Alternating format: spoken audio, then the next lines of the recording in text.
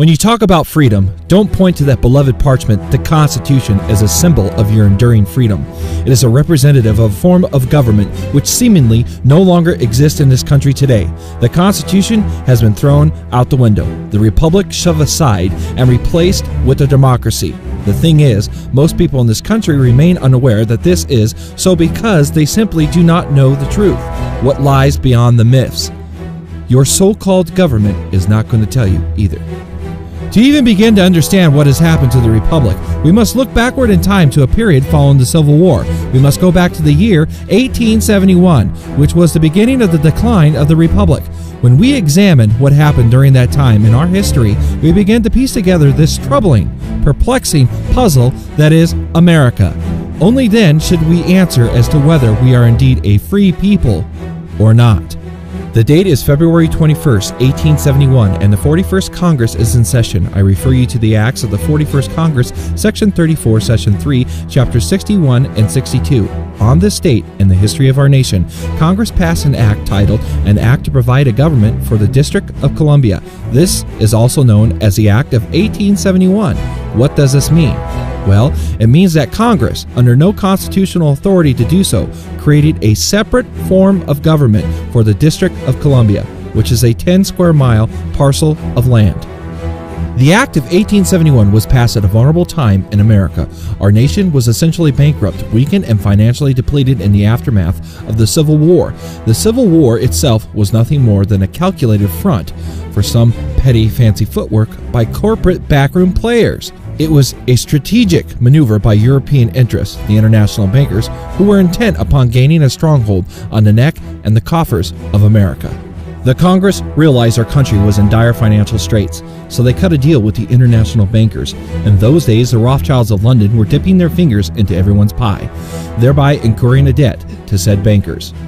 If you think about banks, we know they do not just lend us money out of the goodness of their hearts. A bank will not do anything for you unless it is entirely in their best interest to do so. There has to be some sort of collateral or some string attached which puts you and me into a subservient position.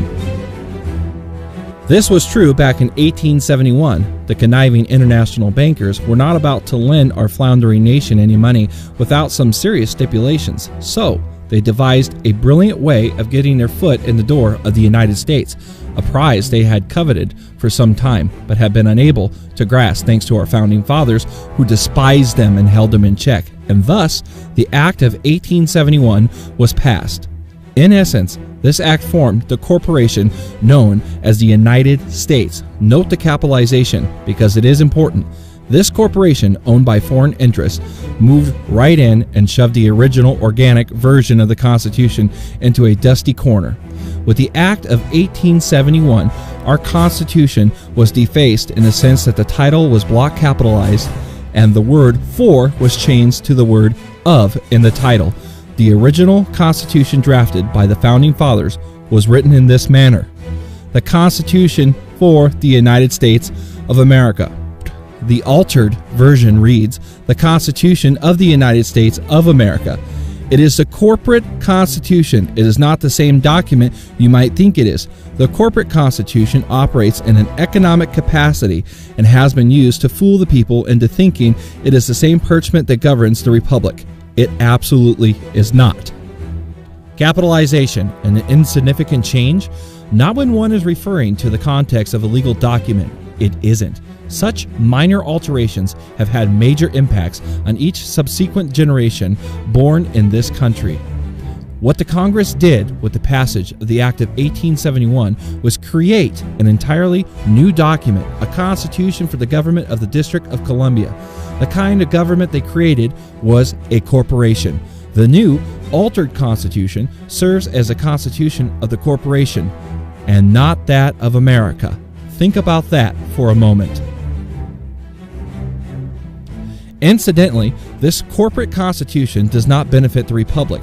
It serves only to benefit the corporation. It does nothing good for you or me, and it operates outside of the original constitution. Instead of absolute rights guaranteed under the organic constitution, we now have relative rights or privileges.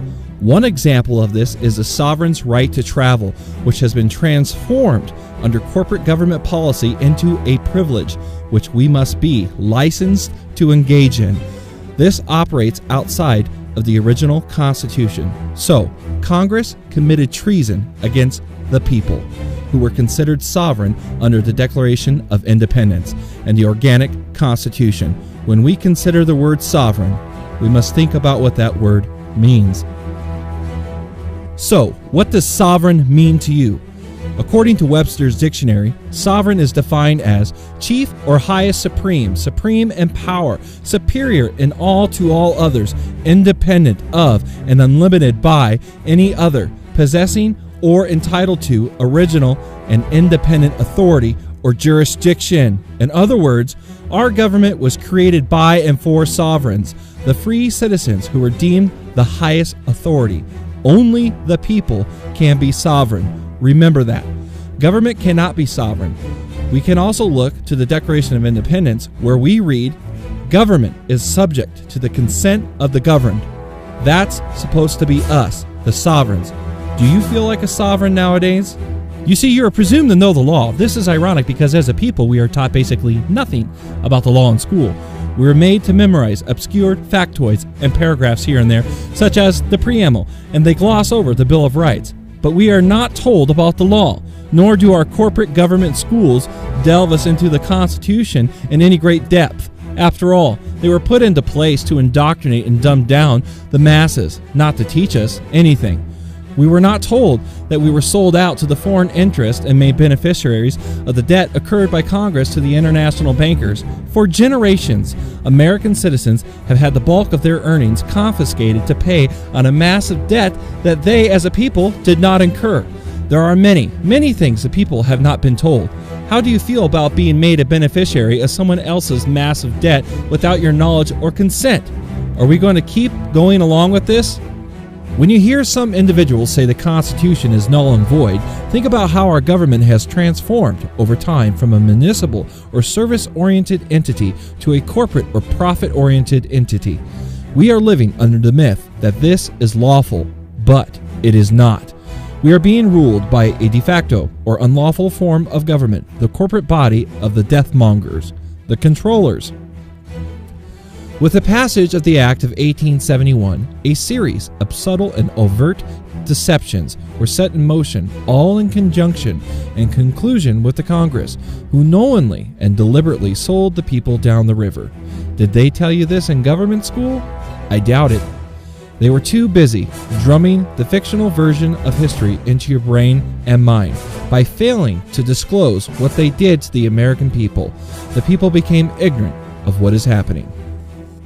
The United States government is basically a corporate instrument of the international bankers. This means you are owned by the corporation from birth to death. The corporate United States also holds ownership of all your assets, your property, and yes, even your children. Does this sound untrue? Think long and hard about all those bills you pay, all those various taxes and fines and licenses you must pay for. Yes, they got you by the pockets. Actually, they had you by the ass for as long as you've been alive. In your heart, you know it's true. Don't believe any of this? Read up on the 14th Amendment. Check out how free you really are. With the Act of 1871 and subsequent legislation, such as the purportedly ratified 14th Amendment, our once great nation of sovereigns has been subverted from a republic to a democracy. As in the case under Roman civil law, our ignorance of the facts has led to our silence. Our silence has been construed as our consent to become beneficiaries of debt we did not incur. The sovereign people have been deceived for hundreds of years into thinking they remain free and independent, when in actuality, we continue to be slaves and servants to the corporation. Treason was committed against the people in 1871 by the Congress. This could have been corrected through the decades by some honest men, assuming there were some. But it was not, mainly due to the lust for money and power. Nothing new there. Are we to forgive and justify this crime against the people? You have lost more freedom than you may realize due to corporate infiltration of the so-called government. We will lose more unless we turn away from a democracy that is the direct road to disaster and restore our constitutional republic.